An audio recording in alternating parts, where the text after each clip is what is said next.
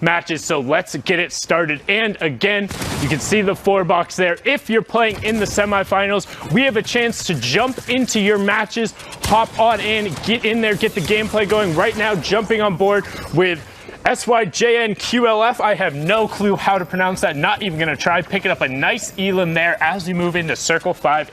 You see SYJNQLF picking up another, no, actually self-eliminating there, so going down, unfortunately. Now you can see Slayer trying to find an angle on this player and able to get Teaser there, going down, no problem, but getting pushed, Jack. Oh no, that's a quick heavy snipe play, but no! Somehow Slayer turns it around. The aggression doesn't pay off. Remember, 50 health on elimination. So going from 31 HP up to 81. And here's a perfect example, right? Sundown of Slayer making this rotation happen. Now because they stayed alive long enough, they got the placement points. Potentially another elimination coming on in here. Now top 15. So that was what? A 7-point swing right there? 8-point swing right there?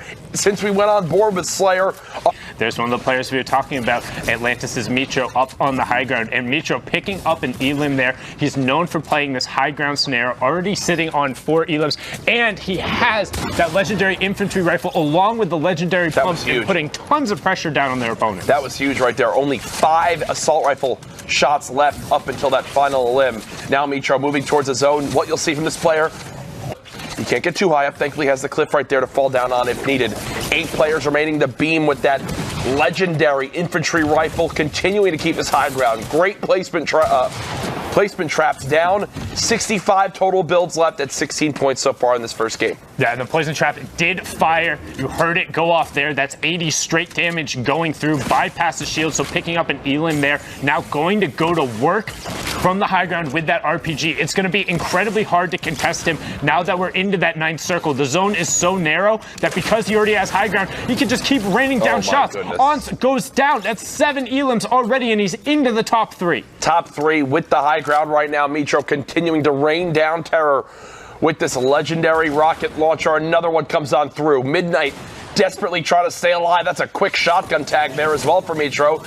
One player still left in a baller, I believe, did just either rift or launch pad up above.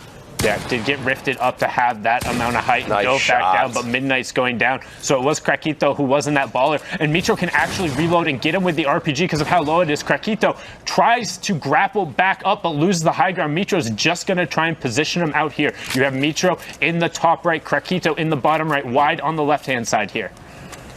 My goodness, what a performance so far for Mitro in this one. Drops the campfire down. Krakito trying to dodge these rocket shots from coming on in. Health advantage still to Mitro.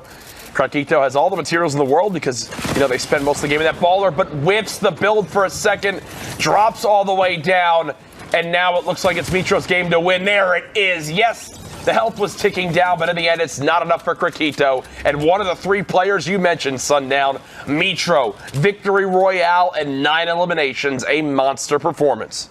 The ability to fire back from more than, what, 10 feet away? Yeah, there's nothing he's going to be able to do there now as we jump back on board with Anxios, who's sitting now on 9 eliminations and putting that suppressed SMG to work. We talk about how strong that rare SMG is all the time. Now, Johnny Jep going down there as well. The reason players tend to favor this over the compact is it has a slightly more effective rate of fire per damage ratio, so it actually sprays against walls and players better. So in these tight quarters situation, it's incredibly valuable, and he's showing it here. Now, he does have a pump shotgun. The toolbar is not showing that, but able to clean it up there. That was almost a perfect bait. You can't go any higher up. They don't want to go all the way down because at that point, you have no chance to really build. That's it for the builds. It's now down to just pure gun skill. There's the shot and the elimination. Beautifully done. Materials now on deck, at least enough to build with for the next couple moments. That'll actually get him to the high ground. That's a game-saving play, Sundown. Game-saving play, and also pushes him into the top 5 as well, and gives him the campfire. So now he can just hang out on the high ground and wait. Everyone else is going to battle it out as Awalane is able to pick up 2 elims on the low ground. But Anxios is just sitting pretty now, has high ground, 10 builds. Awalane, he has the health advantage as well. I mean, it's going to be incredibly difficult for him to not take this away. Yeah. Anxios going for it all right now. The spray comes in with the SMG, the wall replays, the shot, the elimination. 14 elims and the victory royale, Sundown. Half the time this is going on for me, Sundown, when I'm playing, I'm like, panicked about who's near me, you know, what's going on. I get into zone, and then I barely be able to put any damage down range. These guys get into zone, and you saw the second he was knowing that he was safe, he was immediately laying down shots and is getting back into every bit of fighting he can get into. Yeah, and there was that rift right next to him, but he opts not to take it as he's looking for more of those fights because he knows it does connect, but not onto that Ballard player. Looking to follow it up, 22 white, finds the second one, TMK 35 going down there, but Benji in a little bit of a tight spot. Royale's insane on the high ground, Benji working through the low ground. And Benji using that natural, you know, expedition site that's already there as cover. Gives him peace of mind as he tries to push on forward. Does get a quick fight with Pure. That's an elimination right there for the 50 extra HP. One player with a bush nearby. Yeah, and Zealot has no builds either, so he's reliant on whatever RB has. Benji throwing up the boogie bomb, but like we said, that respects LOS. But RB dropping down onto Benji does still have that bush, but gets shredded off, trying to push through. Benji does convert, 25 HP, puts the trap down. Will it fire? No, does not go off. The player sidesteps it. Can Benji get back in the zone? Yes, he does. 5 HP. Zealot now in the top right. He's looking for Benji. He knows he's low. Doesn't find the shot. No builds. He can't match this build-up. Does Benji Fishy? He's blocked out of the zone. Benji Fishy, 5 HP, gets the job done. And look at the amount of mats left. Putting out a solid average scores in order to even make it for a chance to compete at one of those qualifying spots. As a big brain Prevo, not so big brain there. Yako taking him down, no problem. Nice, I like that. Folks building on out. Those rounds definitely still hurt the first shot accuracy. Able to punish there, but now Hoax picking up a great backside of the storm rotation, but still need to be ready to fight. Hits that minimum 30 damage threshold right there as he gets ripped from the high ground from Sake, but Sake then gets ripped from somebody else on the other side, and this is just chaos in this rotation. Yep, it's one of those moments where it's like you take a peek out just to be able to get some damage down range, and that can wind up spelling your demise. Good or use of the smelling your demise. Oh, well done right there, Sundown. Brownie points for you. As the sync grenade does come through, Rift being used as pokes. Get there in time. Doesn't look like it'll happen. No, and you see Drunk there down to nearly no effective HP as Sake now on the high ground punishes YRQY, taking him down and getting the launch pad first trouble now on the high ground with only 7 players remaining. Can he make it 6? Yes, he does, picking up Flowy, so almost to that next placement threshold as well with a ton of builds and a rift. Yeah, you've got to think this is Sake's game to win. Turning back around, beaming Pure out of the sky. Near max material, Sake, brilliant shotgun shot, as well as a swap back to the assault rifle. You know, the accuracy of these players in the late game makes all the difference. Sake now looking down low, 3 players remaining who can get those valuable final victory royale points when it comes down to the placement. Poison traps now on the low ground, trying to add a little bit of protection. This is such a tense 1v1. It's been going on forever, but finally Sake breaks the ice, taking down XD Kayuba, and now it's just a 1v1. And the player that's down low would hear the shield being cracked, but it doesn't matter. Sake drops down. Quick elimination, victory royale, 37 points in total now for Sake. That elimination from Quexy, not only a 1-point elim, as we know, but 2 extra points for placing now in the top 15. How about another point for the elimination onto Avenary? Like infantry rifle headshots, maybe? That had to have been 88 damage? Or just a brilliant pump shotgun shot from NXSRZ. I mean, I have no idea what that just was, but hey. Speaking of brilliant pump shots. Yeah, Quexy hasn't seemed to miss in the last few scenarios we've watched. I think Quexy for a moment was contemplating grabbing that heavy sniper rifle, doesn't wind up picking it up in the end, down to just 2 minis, but again, still a ton of materials to build with. Down to our top 8, extra placement points come in for our top 5. Look how far south we are right now, Jack. Oh, yeah. We could get real awkward with this movement as it gets awkward when DRG, one of the players who has already qualified. Pepper with just about exactly 100 HP. Storms, no shields left. This is all signs of being a Quexy victory. We'll see what Storms can do. 8 total builds now. There's the RPG I was worried about if you're Quexy. You can see how panicked he is at the moment. Probably going to go try to farm this tree if I had to guess. Needs whatever he can. There was only one hit. Swing. It's not even built. God. Oh, no. Trying to farm a bench. It was one. Yeah, I knew it. At that point, low ground, no builds. Pepper does drop, at least earning some placement points that game. that rocket launcher reloaded, trying to find the shot on the low ground, but can't quite sneak it in as we move through all of this cover. You talked about the natural cover being so good at dissuading this, but Pepper ends up capitalizing from Flexi's pressure on above. Now it gets real awkward, but Flexi finds the angle. The second you get a hit like that, oh, Flexi's getting actually pushed out of the zone due to this metal build. Does get back in time. With the campfire being here, with how low Pepper's health is, Flexi should just sit this one on out, let this game end. Surprised not putting pyramids down, but it is done and dusted. Brilliantly done by Flexi. And when it comes down to it, again, look at the mats left. As now, with those elims, we're pushed into the top 15, 2 more placement points, and we're above the lava.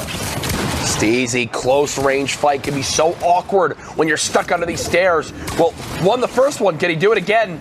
Seems like right now, just going to stay alive for the moment. Storm's still pushing away. 7 total minis in the inventory right now. Oh, sorry, it was a Slurpee popped. I thought I missed that it was a Slurp juice at first. I'm like, wow, Steezy was kind of stacked right there. Another close range elimination. Again, in these late game zones, there's so many ways you can practice in creative mode, and one of the most important ones is being able to quickly hit shots when you and the opponent are both kind of... Also, with the different changes in elevation, not panicking, 115 mats, redeploy can be used. Brilliantly blocks the first launch pad play. One player landing right on him, does with the shotgun, and he traps the inventory, doesn't appear so. 2 players now up top. This panic spray coming in with that suppressed assault rifle. Peeking down from this high ground, Steezy on the low ground, 6 elims to this point. Yeah, now top 3 situation. Steezy able to pick that one up and also getting great shots onto Quickie Rookie there. Now we're into a 1v1. Steezy sitting on 7 elims, but is on low ground. Health no mats. Close to equal. But yeah, you're right. No mats, cannot move. Is going to be completely at the mercy of this zone. Trying to force Nabo down. Just force him to fight. In the lava. He's going to the lava. The floor is literally lava. But Steezy has pushed Nabo out and he gets it. Courage, he gets it. That should never happen if you're Nabo. That should never happen. You should never lose that scenario that you just saw. Probably open up another Fortnite set and host another little shield wall. Yeah, right. Little inventory. As when we're all trying to put down shots with this epic infantry rifle. Now I guess it's time for the minigun. That's a long-range minigun. Yeah, I was going to say, maybe has enough ammo for it. 630 rounds. Kygos gets cut down by that infantry rifle.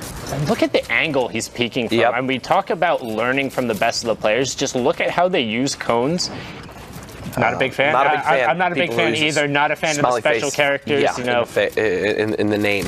No, also just a pain for when I was like doing a lot of the administration stuff, trying to track down who some of these players were. As Gency does pick up Mongrel, who's not going to have a smiley face on his face after that one. No. As we're into the top 7, and 2 RPGs also from Gency as he gets the drop, but the shot doesn't come out with the pump. I don't know if he panicked there, but gets a great flick onto George to kind of redeem himself. Somehow flicks as well as retakes high ground over the player he was just fighting.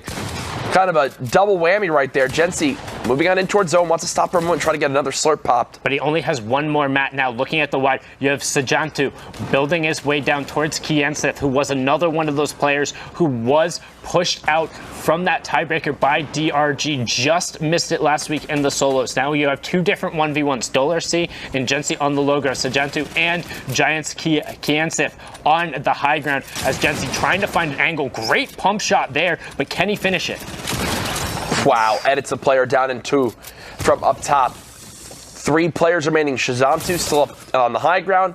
Kianseth trying to move out of the zone. The rocket hits. There he goes. And Shazantu drops down. Gency with the win. 1 rocket makes all the difference. Both players caught off guard. And that was Gency's last RPG shot. Vertical hill. So you're forced to build your way up there if you are on the low ground or use any utility, which doesn't sound that hard. All these players are able to do a bunch of 90s. The issue is based off of when you're rotating, as we now get into that top 25, other players have already built in the way. So now you have to build your own way up there and deal with other players' builds as all the rotation is coming out. That momentum into horizontal speed going through, so it ends up being less of a glide time. And Aqua, great tracking of this player, but it gets eliminated actually by Webbies. RPG? Yeah, from that high ground fire down there.